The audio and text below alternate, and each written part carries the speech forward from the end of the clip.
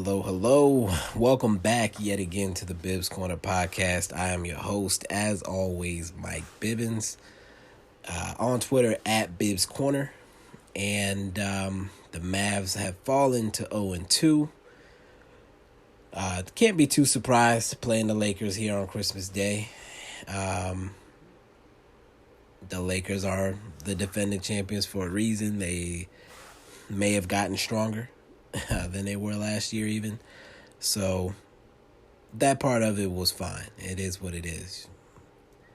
What is not fine is how we lost. And it was blatantly obvious for me, I will say before the tip, but after the first couple of minutes, it was obvious that the Lakers knew where our weakness lied and went straight for it. And that was going at the rim with ferocity and frequency and getting in the open floor and finishing at the rim. I think they have several guys with almost 20 points, Schroeder, Harrell, AD, and LeBron, and a lot of it was layups. Of course, they felt like every single open jump shot as well, but they played inside out. They went to the rim first. Going to the rim made us tighten up, and then the jump shots were there. So the key stat was the Mavs gave up 35 second chance points and scored 0.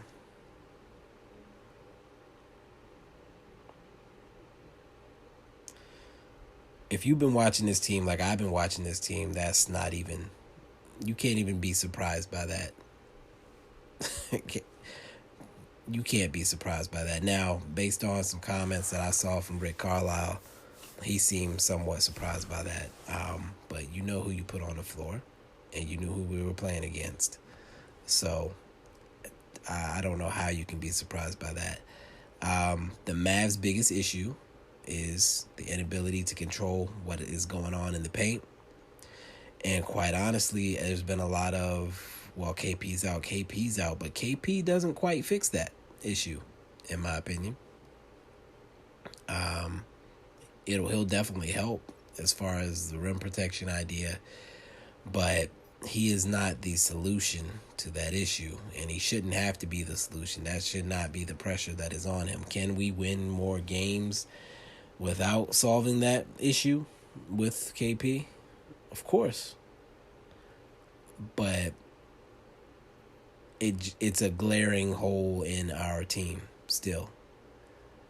It's one that I think a lot of people maybe thought we could ignore, but it has become blatantly obvious that that is not the case. I had said I was going to keep this cold open short. We're about 3 minutes. That's not too bad. So anyway, I'm done rambling. I'm going to run through this box score so we can see what was done or what was not done. And then I did put the call out for some questions, so I'll answer those right after this break.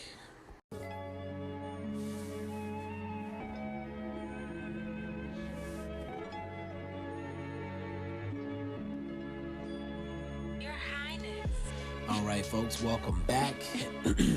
Once again, I'm your host, Mike Bibbins, and we're going to get into the box score for the Mavs.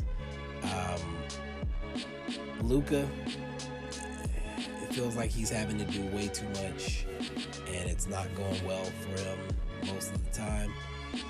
27 points, 4 boards, 7 assists, and a block for him tonight on 9 for 19 shooting. From the field, 2 for 5 from 3, and the shooting numbers weren't bad there. And then 7 for 8 from the line, which is also encouraging because it's showing a pattern of him hitting his free throws right now. So again, you have to find the positives right now. So him hitting his free throws is positive. He also only had 3 turnovers tonight, which is not bad considering the way we played. So Luka will probably like some help, and he did get a little bit of help tonight. It wasn't all bad. Like I said, Luka played 34 minutes. Dorian Finney-Smith played 29. He had 10 points, 2 boards, 3 steals. He was 4 for 9 from the field, 2 for 6 from 3.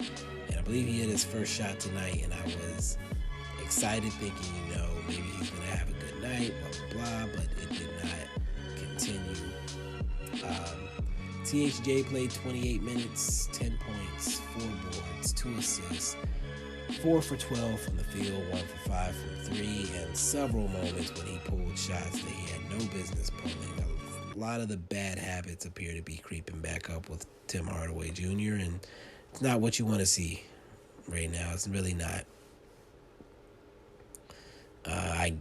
He makes some good things happen, but those bad habits are still there. Josh Richardson played 27 minutes. He had 17 points, 2 boards, 2 assists, and 2 steals. 6 for 12 from the field, 2 for 5 for 3. Again, he didn't have a bad shooting night either. 3 for 3 from the line also. There was a moment when Montrezl Harrell was very vocal, and he said something to Rick Carlisle, I believe, and it was very probably disrespectful. He was saying stuff to Rick Carlisle like there was some type of personal, I don't know. We joked on the pirate radio, the Mavs pirate radio, which, again, few people popped in, so we'll probably do it again on Sunday. We joked on the Mavs pirate radio that whatever Harold was saying was probably tied to the offer that the Mavs gave him in free agency. And but Josh Richardson was getting in there, confronting the yapping, which is hilarious to see from Montrezl Harrell, who just hopped from one team that failed to a better team, and then wants to bump his gums. But it is what it is. And then finally, the fifth starter. I'm not going to go where I could go, but the fifth starter, Dwight Powell, 23 and a half minutes, I should say. 11 points, very respectable. 3 boards, an assist, 3 steals. He was actually 4 for 4 from the field. He hit his only 3-point attempt. 2 for 4 from the line, but it is what it is. It's whatever. But the box score doesn't tell the story with that. He had the early assignment on Anthony Davis, and it did not go well. I think that would probably be an understatement. Davis, he finished with 28, 8, and 5 in 30 minutes. LeBron had 22, 7, and 10 in 31 minutes. Dennis Schroeder had 18 points, 6 assists.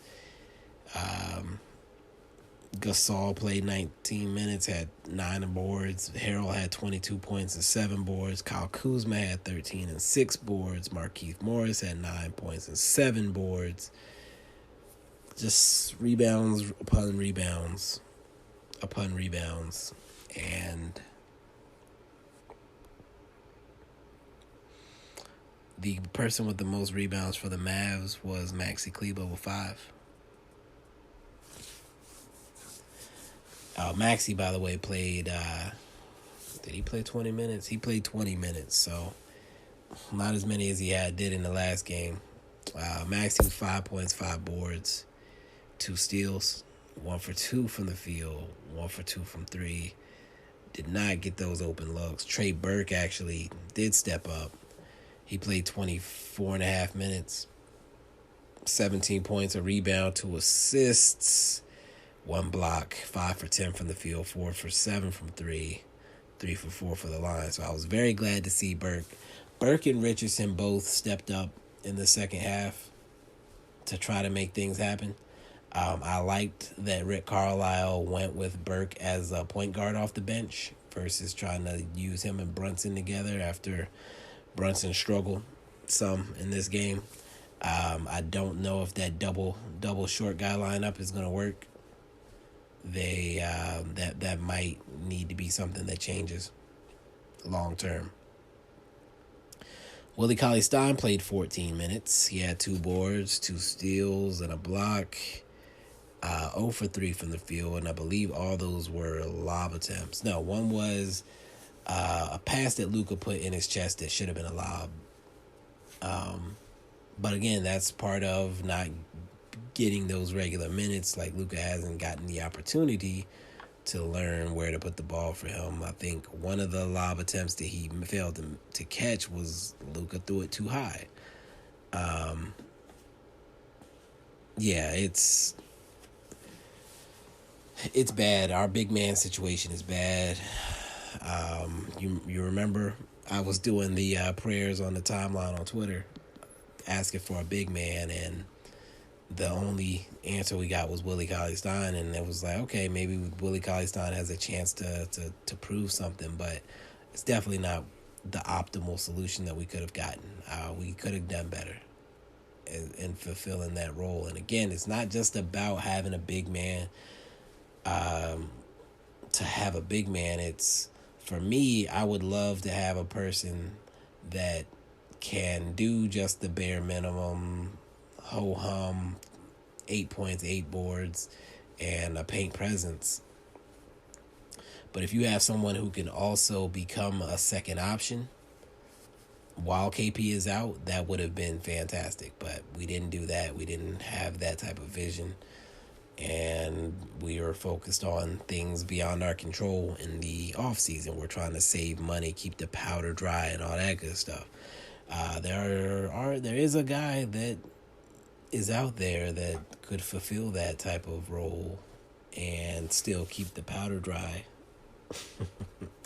But we won't say any names on this podcast. Who else do we have here that saw some significant? Well, Jalen Brunson, I mentioned earlier, he played about 14 minutes as well. 4 points, 2 boards, and an assist. 2 for 5 from the field. Weird night from Jalen Brunson. He was the guy that stepped up for us late last game, but in this one, he just didn't have it. James Johnson played 12 minutes, 4 points, a rebound, 4 assists, and a steal. Played some great defense on LeBron. If I were to add to the list of positives that we saw from this game, it would have to be James Johnson as a guy to add toughness and perimeter defense on a big wing, which Maxey was probably the best player we had for that previously.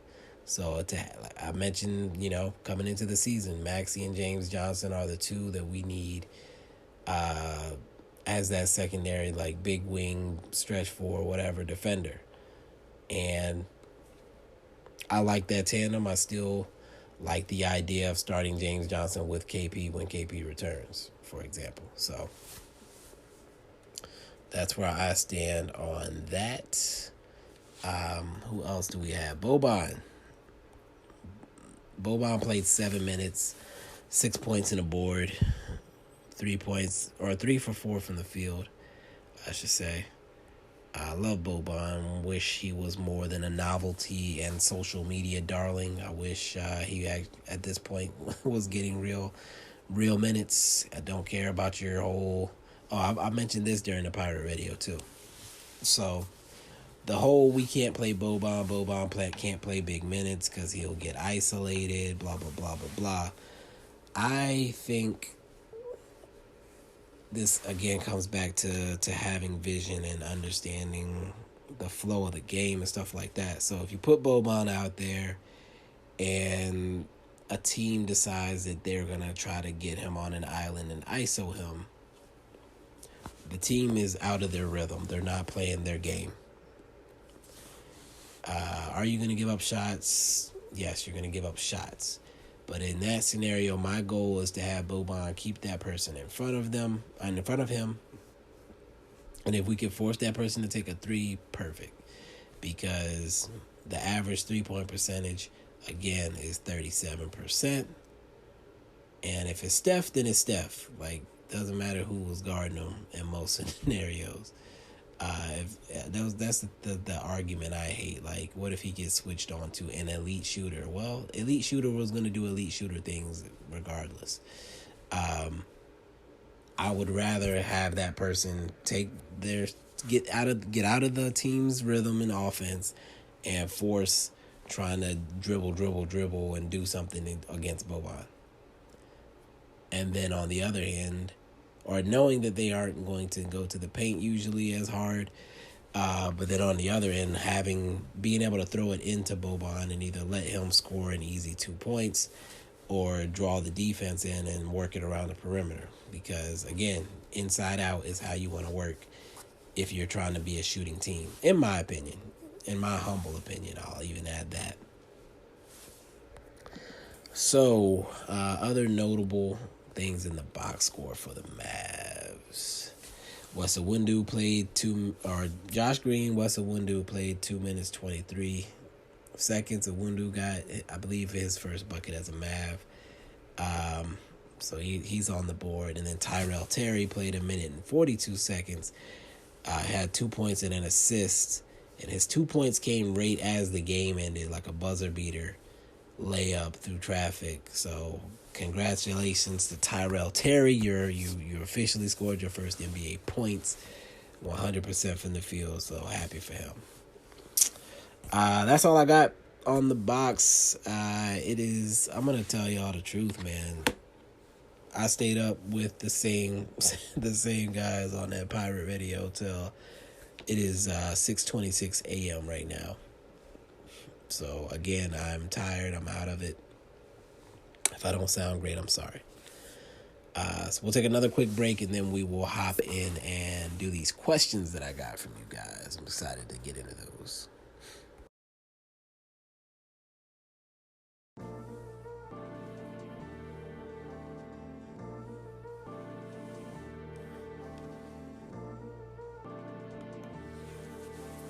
Okay, welcome back. We're going to get into some questions. I put the call out. I actually put the call out really late too. But you guys responded, and I do appreciate you for that. So first question comes from Grace. And Grace said, did you have a good Christmas? I did actually. Some of you may know based on what I put on the timeline, but my sister was diagnosed with COVID at the beginning of the month. And after her 14 days, she went and got tested again, and she was diagnosed again. And she was still positive. And that was on the 15th or so. So they gave her 10 days a second time, which came out to Christmas, basically. So we still did the social distance thing. We still wore masks and all that, but we did get to exchange gifts, I spent some time with my niece, who seems to have grown a lot over these past 3 weeks where I haven't been able to spend time with her. And she's got a big personality now. She's about a little over 6 months, so that was great. And I watched Soul with my mom, which was a really good Disney Plus movie, Soul. And spoke with my dad briefly, hit up my closest friends, wish them a Merry Christmas and all that. It was a good day. All things considered, in the pandemic and whatnot, it was a good Christmas. Thank you for asking. For Faz 711. What is the most realistic way for the Mavericks I just put these in question, the order that I got them. I usually rearrange them, but it is what it is. So Fazal said, what is the most realistic way for the Mavericks to stop spoiling themselves, barring a trade or Kristaps returning? There is no way without those two things happening, quite honestly. I have no faith in Rick Carlisle to make a dramatic change to his rotations. And even if he did, there's no real answer, in my opinion. Boban is probably the most reliable big in any sense on the team. I think Willie Cauley-Stein has the ability to be the most reliable, but he's still acclimating, just like a lot of the guys are, and him acclimating in the primary rotation makes it look much worse. So the more he plays, the more we're going to see those small issues with him not being as comfortable as we would need someone to be in our system. The fact that Dwight Powell still is able to get those minutes comes with his familiarity with the system, despite his lack of ability. MFFL 77. Oh, let me go back.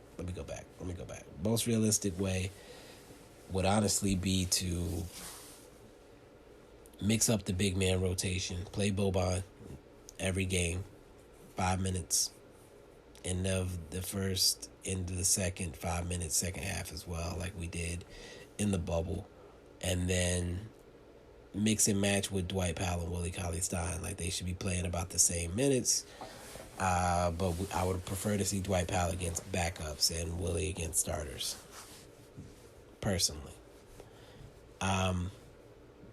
That's really the best I can do as far as that. I do think we probably need to make a move.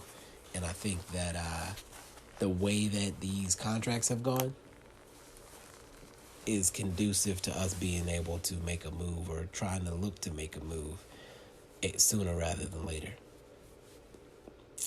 And then, of course, KP coming back will also help. But I don't think it's the answer, as I mentioned earlier.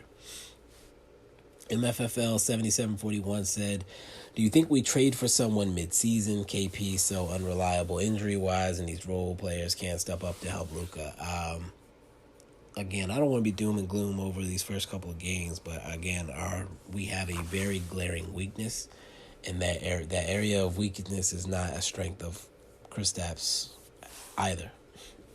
So, in my opinion, it would behoove us to make a move to try to solve those issues. And do I think we'll do it? I think that the likelihood of us doing it has increased dramatically.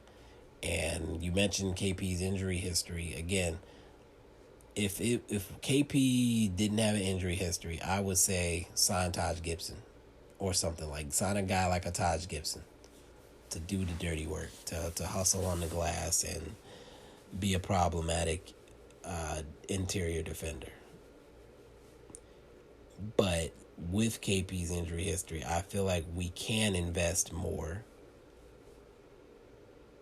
in having a big that can do more than just the dirty work and can help Luka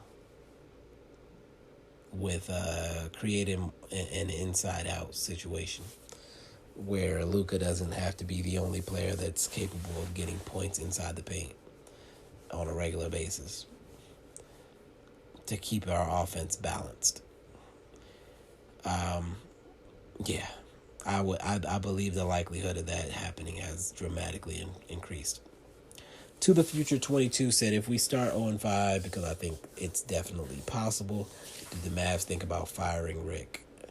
No, I don't think they're firing Rick Carlisle. The issues that we have are not Rick Carlisle's fault. If anything, the front office should realize that they maybe need to give up on keeping that powder dry. It's time to moisten up that powder, dampen that powder. _Mayfield_3. Are Mavs fans spoiled by success in comparison to other franchises?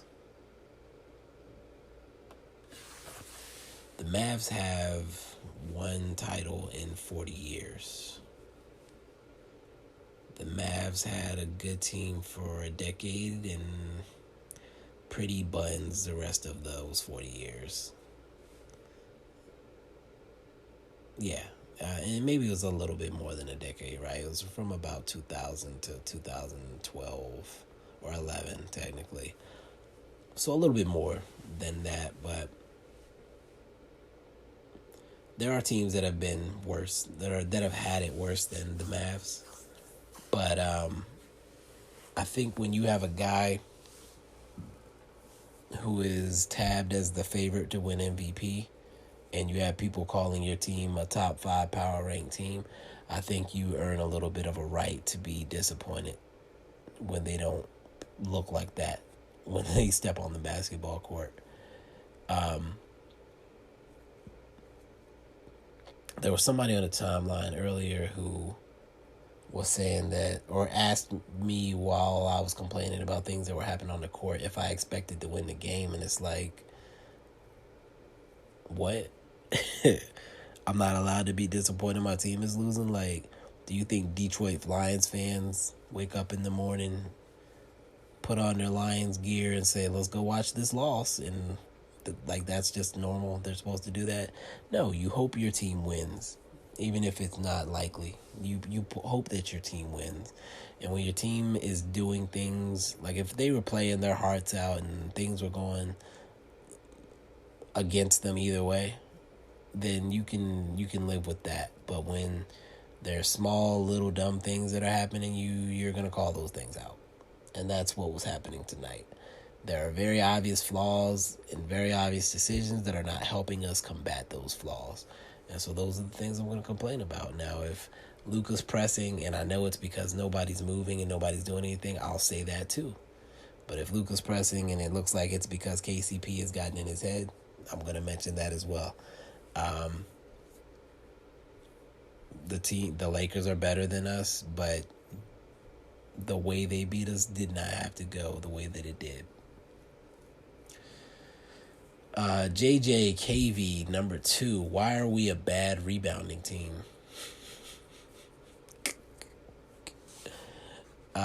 You're gonna make me do a little bit of research here. We don't have any.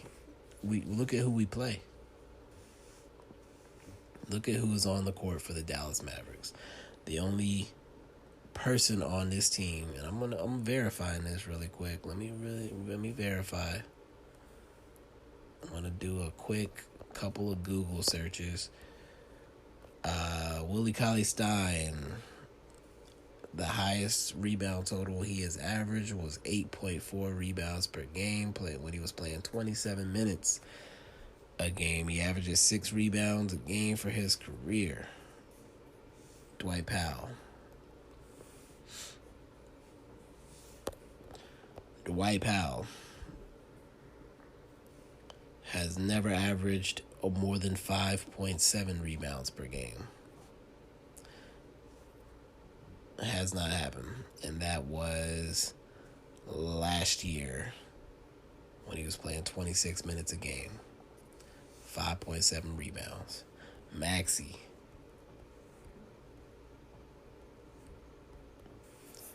Maxey with the Kleba. Love you, Maxey. But rebounding. He averaged 5.2 rebounds a game last year, playing 25 minutes a game. Who else we got? Boban? Should I do Boban? Let's do Boban. I guess he got on the court today, right? So Boban has never averaged more than 5 rebounds a game. But of course, he's also never averaged more than 14 minutes a game, which is how many he was averaging when he had the 5 rebounds.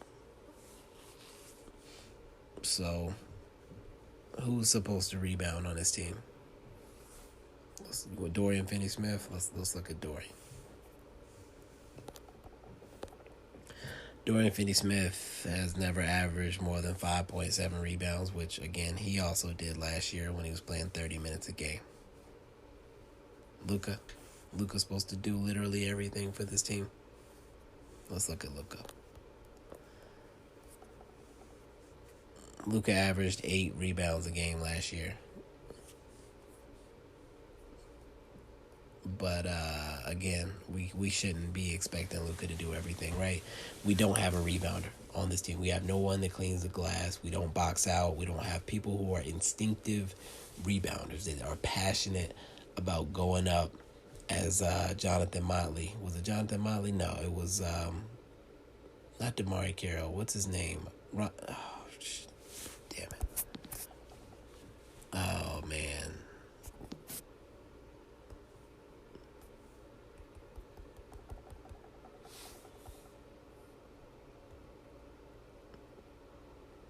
Oh, I'm looking it up.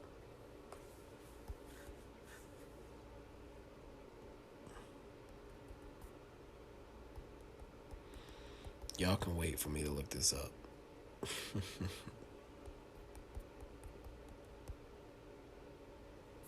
This is what happens when you're up till 6:40. Torian Prince, gosh. All right, Torian Prince, when he talked about the rebounds. Matter of fact, I like audio clips in my show. I like audio clips, so let's do that. Let's get the Torian Prince going. But yeah, we just don't have those people that rebound.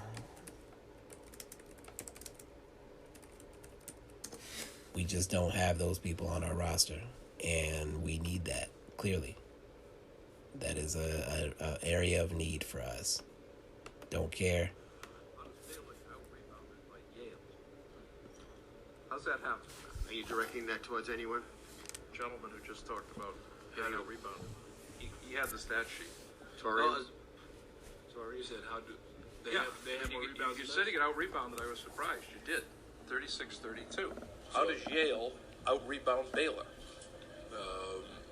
You go up and grab the ball off the rim when it comes off, and then you grab it with two hands, and you come down with it, and that's considered a rebound. So they got more of those than we did.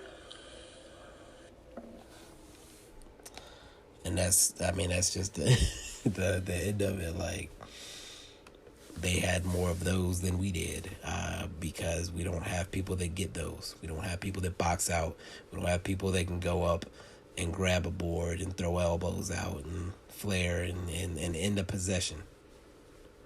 So that leads to second chance points. In this case, 35 second chance points for the Lakers. And we had 0 second chance points because, again, rebounding is just not what our people do. We don't have a rebounder. We don't have a person to clean the glass. And I'm glad that the whole facade, the whole charade, the whole mystique, whatever you want to call it, of this whole team rebounding thing is starting to diminish. The team rebounding is cool, but having someone who is built in as that is also cool. Like, having 5 guys that can't fight but work together to beat up somebody, that's cool. But having one guy with hands would be great as well. You know what I'm saying?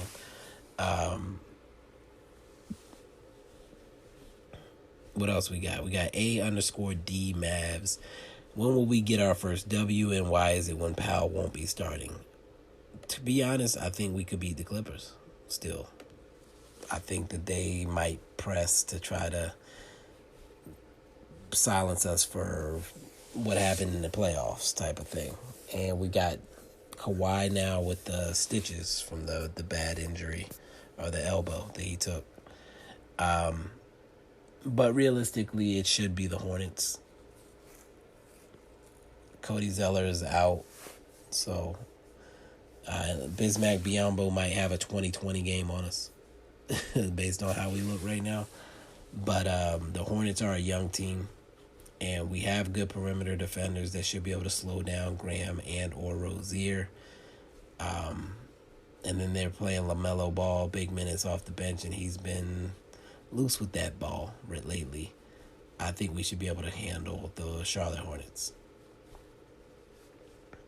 They don't really have somebody that can really do anything with Luka either. So we'll see.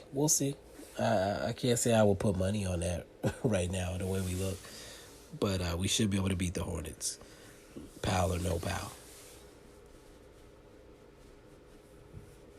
But you make a point. You make a point about Powell starting. Powell starting it doesn't need to happen. Don't care what anybody says. Dwight Powell needs to be playing against backup big men, not starters. And this goes back to even understanding that Willie Cauley-Stein is not perfect. He gives you a little bit more. He gives you the potential for a little bit more. He'll make some mistakes, but he'll also make some good plays that we're not getting out of, that are not possible out of Powell. I think Powell could flourish in a bench role with Maxey like they had in the past. That's what I want for him. Who are some obtainable targets that the Mavs should go after before the trade deadline for help? Andre Drummond. Andre Drummond. Andre Drummond. Is it still annoying? Is it annoying yet? Have you cut the podcast off yet? Andre Drummond is a logical. He even satisfies your dry powder scenario. You want your powder dry? He's an expiring contract.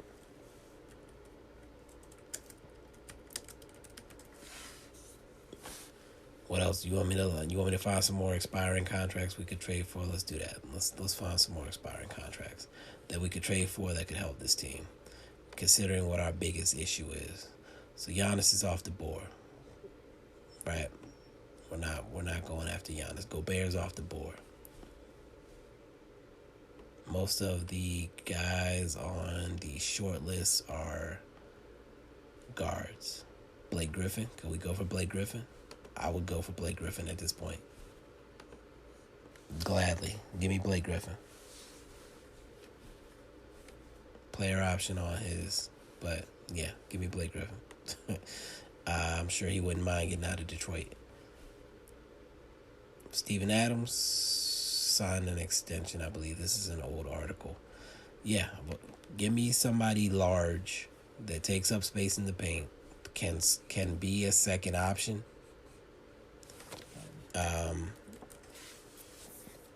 A guy who can be a second option in a pinch. That is a big man that does things that big men do that we can't currently do. And just to satisfy you guys' needs, they can be an expiring contract. I'm trying to limit it to expiring contracts for you. Would the Hawks trade us John Collins? Do we have enough to get John Collins from the Hawks? Probably not. Probably not.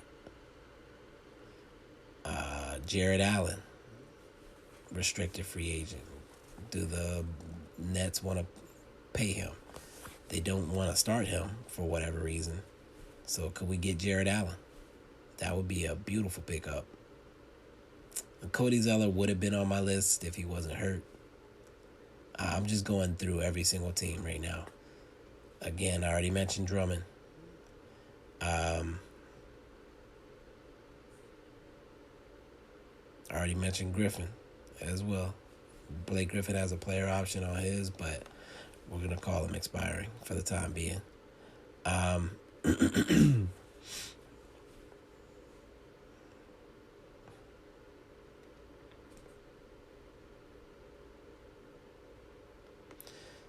going through. I'm still looking.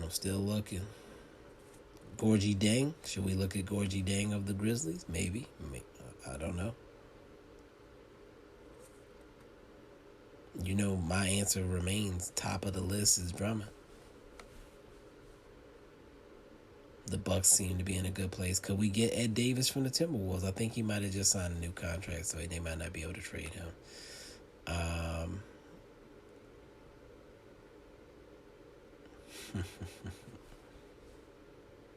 Some burnt bridges out here that I have to ignore when I look through this list. Shout out to anybody listening to me because I'm rambling and I'm tired. It's almost 7 a.m. Phoenix Suns. No, we can't get anybody from them. Portland. Would Portland trade us Zach Collins? I don't know. Should we call him? Maybe. Could we get Rashawn Holmes from the Kings? I'd be interested in that. Give me Rashawn Holmes. He does the dirty work.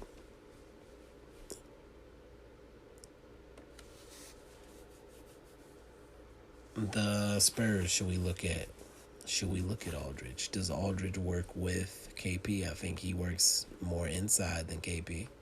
Could we get him to do that rebounding for us?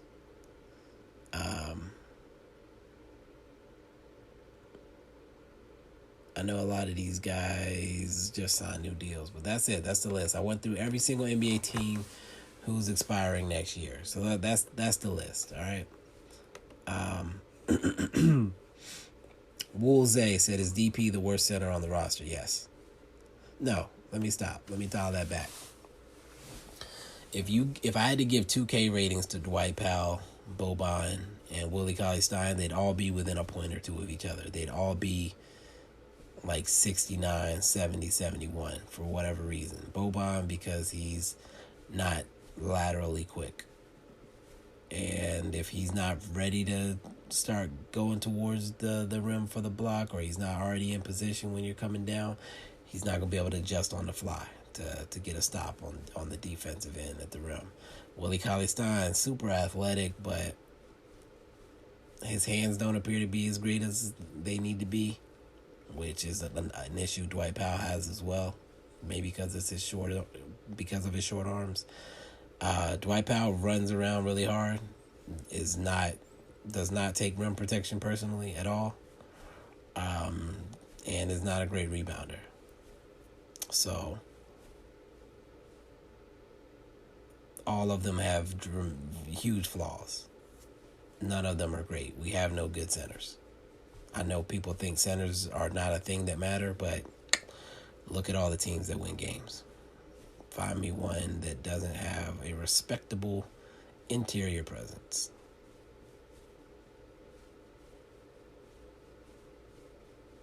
Somebody that can score in the interior, or somebody that rebounds and or takes up space in the interior in some way, shape, or form. Find me the contender and let me know. I don't know. My brain is fried right now. I'm so tired. I can't think. But tell me the team. Please hit me up on Twitter. Tell me the team that does not have a big man that does things that are better than... That is not... Give me a team that doesn't have a center better than Dwight Powell on their starting lineup. That's a playoff team. My man Rohan asked, is Mavs Twitter just looking for reasons to be toxic at this point? I don't think so. I think that there are a lot of different personalities and backgrounds and fan relationships out there, and that we all just disagree. We simply disagree. And we're going to continue to disagree. And that's okay. That's fine with me. I'm not arguing with people on the timeline. I can't do it anymore. I'm too old. Doing way too many things. I don't have the energy or time to be arguing with people about things that I am already confident about. Now, if we get into a debate about something that's debatable, fine. But if I've already stated my opinion on something, you know where I stand. I'm probably not going to argue with you about it. Unless something dramatically changes and I need to take back something I've said. How do you think the Mavs fix this rebounding problem other than adding a healthy KP? And again, I don't think adding a healthy KP answers the problem. That was from AdHikarB3. AdHikarB, the number 3. How do we fix this other than adding KP? I don't think KP answers the question. I think we still have issues after KP comes back. It might not look as bad because we'll score more points, but we'll still have issues. Are the Mavs a lock for the playoff? Question comes from Aon, AYAWN 97. Are the Mavs a lock for the playoffs? I still say so. I'm not gonna say that we're suddenly not a playoff team. Especially if you consider top 10 with the play-in games. A lock for the playoffs. I still think we're a lot better than those teams at the bottom of the West. Right now, we probably would lose to some of those teams, but at full strength, I think we're pretty safe to be in the playoffs. Beefsteak said, does Luka's attitude as of late bother anyone else? No, I won't say his attitude bothers me. I actually feel sorry for him because it looks like he's having to do way more than he should have to do on a team that's supposed to be in the playoffs, and we're not giving him enough help right now. And KP being hurt is whatever. He's having to do way too much because we don't have enough other things. Now, again, I appreciated seeing Richardson and Trey Burke step up tonight, and maybe we'll get more of that going forward. But yeah, I mostly feel sorry for Luka, quite honestly. He hasn't been as bad with the refs, but He did say our beefsteak added. He's our man. There's no doubt about it. But it's worrisome to see him complain so often. Again, I don't think he's been as bad with the refs as he has been in the past. But and I think one of the things I mentioned is that I like to see him talk to the refs off to the side, like not during plays. But that's a work in progress. So far, it feels like he's it feels like he's done a little bit better in my opinion. I don't know. Maybe I'm just not paying as much attention. Tall Traveler 1, Merry Christmas, brother. Did you see anything good to take from tonight's game? And then he added, for me, maybe forcing the turnovers, but what good are they if they get blown out anyways?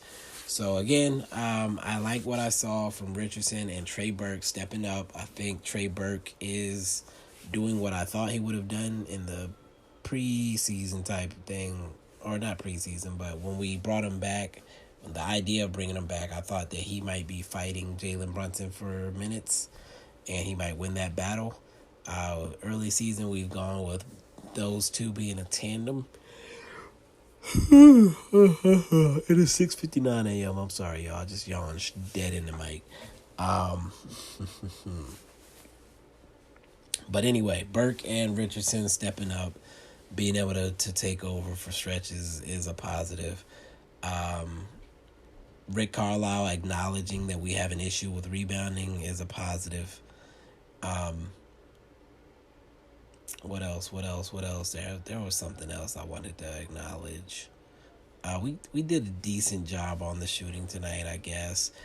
We saw some good defensive stops out of James Johnson, and I think the defensive stoppers are getting more comfortable, and that's again good signs. Those are the things we want to see.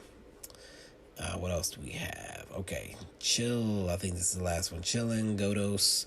Do the FIFA kids have a makeup accountability problem? I don't even know what that means. Sorry, brother. Is Johnson the solution? Will Rick Carlisle start him? I would like to see, like I mentioned, James Johnson start when KP returns. I want Dorian Finney-Smith to go to that bench unit. Not because Dorian Finney-Smith isn't good, but it seems like we're married to the idea. Well, we should be married to the idea of keeping THJ attached to Luka, because that's the only way to control him from firing 50 shots a game like he's the best player on the team. So I want the 4-5 to be James Johnson, KP, because I know James Johnson's going to do the dirty work based on our roster composition right now. So then the bench would be probably Burke, Brunson, or Josh Green, depending on how visionary you want to be. DFS, Powell, and Maxey. I like that grouping. Who would you start at the 4 next to KP? I already answered that. James Johnson. Should Rick Carlisle play Jay Rich more on ball, side, pick and roll, or ISO, involve in more actions? Dwight Howard cutting, parking in corner. Yes, I do agree. I would like to see more plays for Jay Rich drawn up. We did some, but it would be nice to get Lucas some plays off from time to time. He shouldn't have to be the guy every single possession. That shouldn't be a problem. I would love to see Jay Rich get more responsibility in creating offense. What else do we have? I think that was it. So my parting question of the night.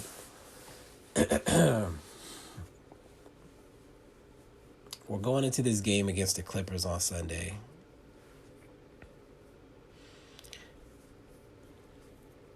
I know there's a strong contingent of Mavs fans that are very married to the Dwight Powell thing. They don't see any reason to change. I'm wondering what it'll take for you as a Mavs fan to say that maybe we should try something else, that we can do better. And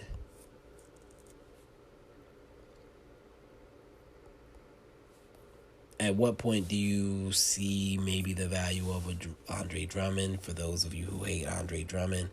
At what point do you think it's fine to give Willie Cauley-Stein a chance to play the primary big minutes instead of Dwight Powell?